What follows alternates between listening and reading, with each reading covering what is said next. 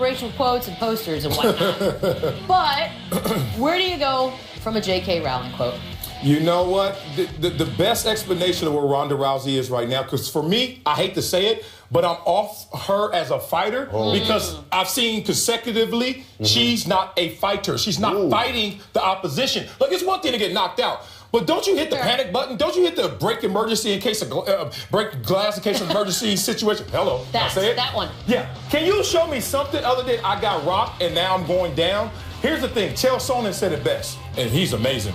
He said, "I've never seen a fighter who is so defined by their wins and losses, so wrapped up in the sport and not compartmentalize and realize you do this and then you have a world outside of that." And that's a dangerous place where she is right now. But that's not her doing, is it? Well, yeah, she's riding the wave. No, but I'm saying it's not her doing in the sense that everything that came along with being Ronda Rousey was, of course, tied to the fact that she was like this awesome chick in the octagon. She looked great, and so everything happened. I think what's scary if you're Ronda Rousey is what's going to happen now if you don't fight. Because let's be honest, she's not a great actress. The endorsements are because you're Ronda Rousey. So what happens? Here's the thing, two things. One, I'm a little upset that she didn't use a Wileyism. She that would have been so much. It was messed up from Hello. Next time. Messed up from Hello. But the other thing is also, someone brought this up the other day. In MMA, it's not like boxing where one loss or two losses, whatever. There are a lot of dudes with like 5, 6 losses, and they're still looked at as great fighters. She's just got to get back on that wagon and build that record. But it's true, if she keeps losing, if she's truly washed, then she loses everything. Not losing, not fighting, and that's what we've seen the last 2 fights. Next up, last week, kicker Graham Gano accused the Buccaneers of Bush League tactics. Now, the Bucs video board, which is located by the field goal uprights, broadcasted a live game feed, so it made appear to Gano that he was kicking at 2 sets of uprights. Nice. Something that wasn't done when the Bucs were kicking field goal pellets. Look at that. That's so you can feel like you're there. Look, the NFL has investigated. They said no rules were broken. It's sort of like an Inception type thing. Cool or cheap move? So yesterday, these guys were talking about basketball players are soft and like, crying about broken nails. Oh, you touched me. Free throws. Well, you guys, they're distracting me. They're doing things behind the field goal. That's a kicker. Yeah, well, I don't care. He still play football, don't he? Technically football. Look, this is what we got to deal with at basketball. Shout out to Arizona State. These guys are out here. Oh, my God. This is what's happening behind free throws at Arizona State basketball games. Shout out to the curtain of distraction. They gave birth to a baby. And that man still has to shoot free throws. You crying about a video board? They gave birth to That's how you create DeAndre Jordans. You can't hit a free throw after you see that. That's hilarious. Let me just say this. The NFL knows it's wrong, and they will address it in the offseason with the competition committee. They had this situation before. Look, this is a video. Distracting. Yes, this is a video distraction, and before there were audio distractions. Minnesota admitted they used to pipe in noise into the Metrodome. So noisy. And look, wait, be quiet. Atlanta was fined for the same thing, and now they're going to get Tampa Bay for that video dub. You can't dub over something. That's last unethical. Can't make my 3 of us were in the cool room as part of the championship game megacast. We were awesome, obviously, but not even close to Bill Walton. Take a listen. Nah. I guarantee you our show will be more real. The game started! Who's winning? I like to get hot. Marcellus, is this your son? How many of you guys named Rambo, do you know? Did Marcellus go home? Is that his name? Yes. Stop by my room later. I've got something for you.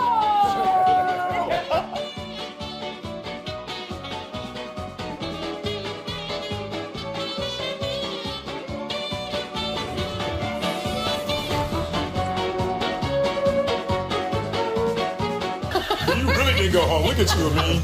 Hurry up and wait. Same jeans and everything. So, as you know by now, the Clemson Tigers took down the mighty Alabama Crimson Tide in very dramatic fashion in a game that took over 4 hours to play out. 4 hours for a football game. That's a very long time. Eventually, Deshaun Watson led Clemson to victory well after midnight on the East Coast, and for that, we are sorry. Conference commissioners and head coaches have said this season that games are too long, and here we go. The evidence. Marcellus. Yes, ma'am. I think the 3 of us up here suffer from a little bit of attention deficit disorder. Was it worth it in the end? Absolutely not. Because, no, for real. Like, I know conventional wisdom tells you because of the ending, forget those hours that we suffered through to get to that place. Nope. But those are two different conversations and two different sentences. This is how I took it. That game was too damn long, and Amen. That was a great ending. Not that game was long, but the ending was so great I forgot about those other 3.5 hours. I did not forget. Childbirth. Yeah, exactly. And we're seeing it just go longer and longer. This is the longest season in terms of duration of college football games, and I have no understanding of why they need to stop it. Do you know why this happened? Ad sponsors? 2 words. No, well, we're part of the problem. But also, Mike Duffy. Oh, that guy. Also known as Guns McGuns. Yeah.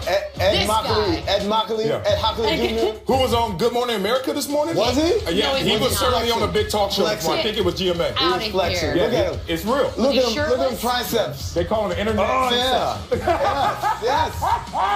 Perfect. Hey, Perfect. Hey, I ain't gonna lie. He's in that weight room for real. Not on the I'm treadmill. not making but fun of He on the treadmill. You, for whatever reason, we had to be here last night. You showed I up. came for the food, and then I got roped into working. You really did. Hey, this is what I'm going to say. Not this food. That middle part of the game was long, dull, and boring. Yes. But that end was incredible. And, you know, especially when you have the switching of the momentum, the switching of Marcellus's pick. That's a great point. Alabama, Clemson, A lot of drama. You know, and if you didn't have fun watching that game, then you should have been watching the megacast because we had fun, There you even go. though we weren't really watching the game. Also, I like my job, so I'm not going to say it was a bad show yet. The TV show was spectacular. No, That's don't not do how this that. works. Don't do Yes, that. it is. That's It's not just how like this Major works. League Baseball. You come to a realization that what is this for Right. if we're going to take that long to do the same thing we could do in maybe half the time? The best thing that came out of last night, Jay Billis came up with this idea. He said, we need to treat refs Yep, it was good. like streakers at a sporting event. It was we a good never thing. show them on TV. Also, Because- Bill Walton was a great part of last night. Yes, he was. For me personally. That's all I have. He's a treasure. He is an A American. national treasure. I want to discuss another thing that happened. This actually happened in the game. We almost missed it. It appeared as if Clemson ran a pick play on their final possession, leading to Hunter Renfro's game-winning touchdown catch.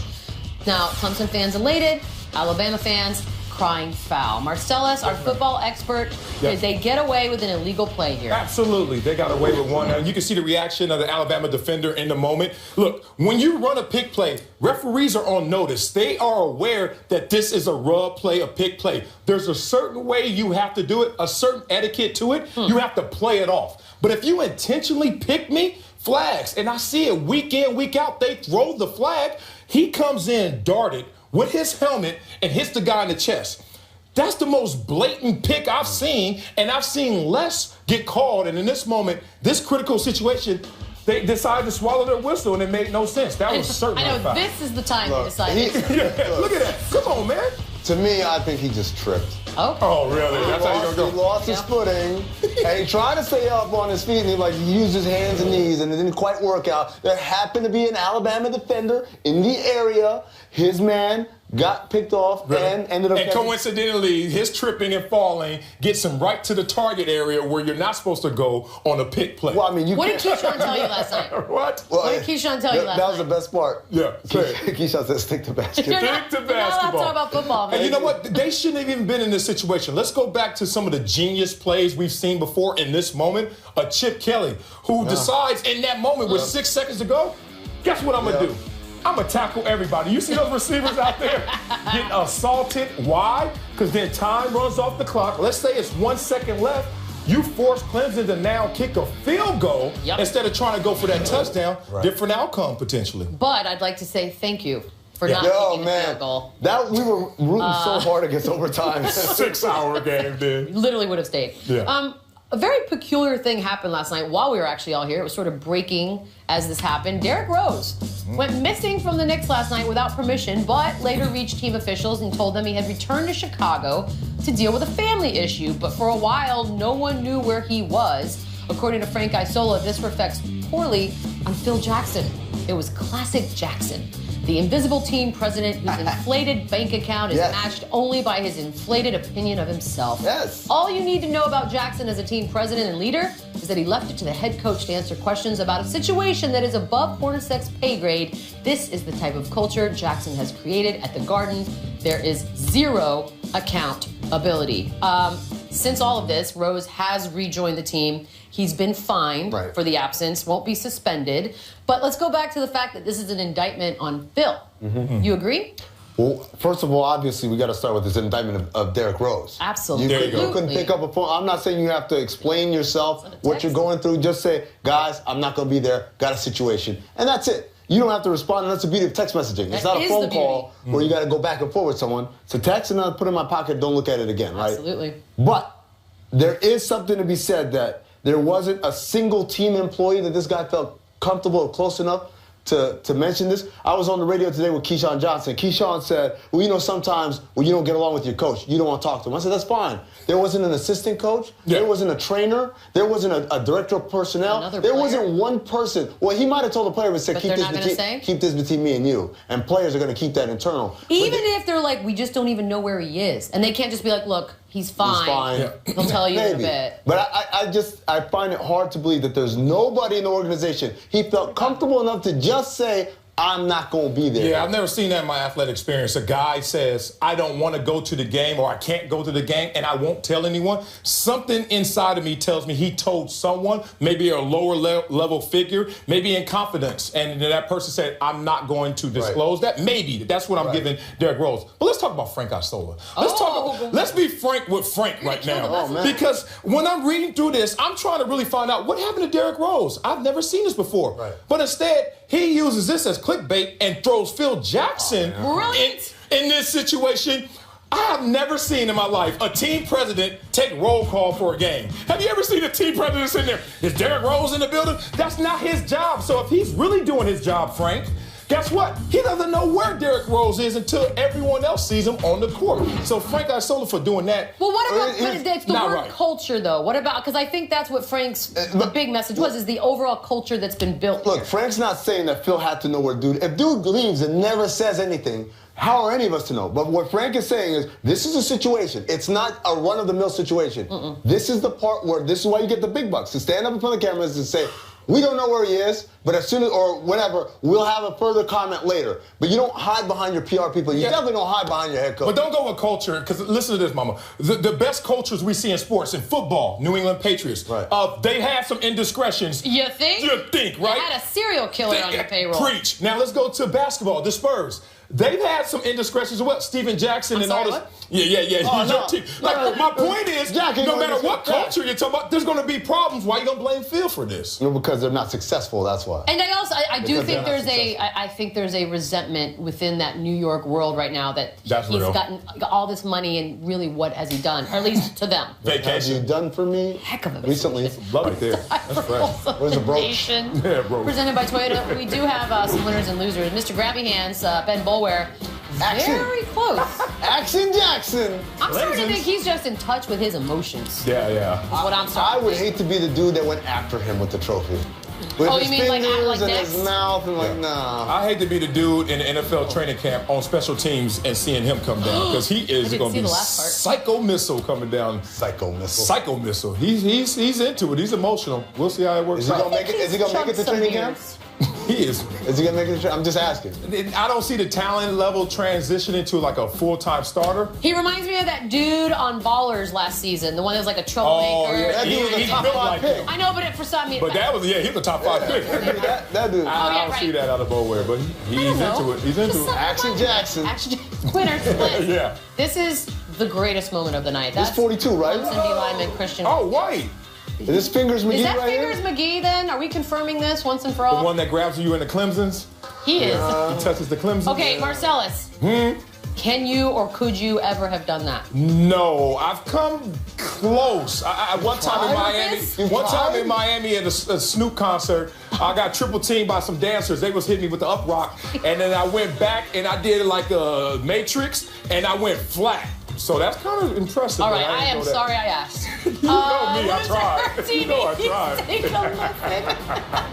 I tried. You never been. Oh! Yeah. Mensa! Now what? Now what? Alabama's gonna win next year, but your TV ain't gonna be fixed. Insurance doesn't cover stupid. I'm sorry. Why do it just people doesn't. do that? They're dumb. You know that dumb. is? That's the guy in my mentions today. Oh, that's Every single person in my mentions today. You're that guy. I ain't messing Cal's up look my comfortable though, for that positive side. That look good. Winner, shuttlecocks. What? I don't know. Check out the sweet badminton rally. I have never said that sentence in my life. Sweet. No, first of all, badminton is an amazing sport. Cross it off the list. Yeah, we played it in the 7th grade. I was hooked. I feel like we played it in the summertime, like outside in someone's yard. In the backyard. Really good. Yeah. I really like it. I look good right there. Oh. I wish that. I like that body I got. Me too, Marcel. Yeah, we look right. Let's make that They happen. couldn't afford to Photoshop me in, huh? We need to play more badminton. You are not athletic, not even in our Photoshop department. Like, we can't even fix that. Nice. Look at that. We need to play more badminton. Sam, I want to thank you for being here. Oh, thanks. It's been a great job. Where's Joseph and That's Jake? Do it. We'll see you tomorrow. And Raquel. Jake.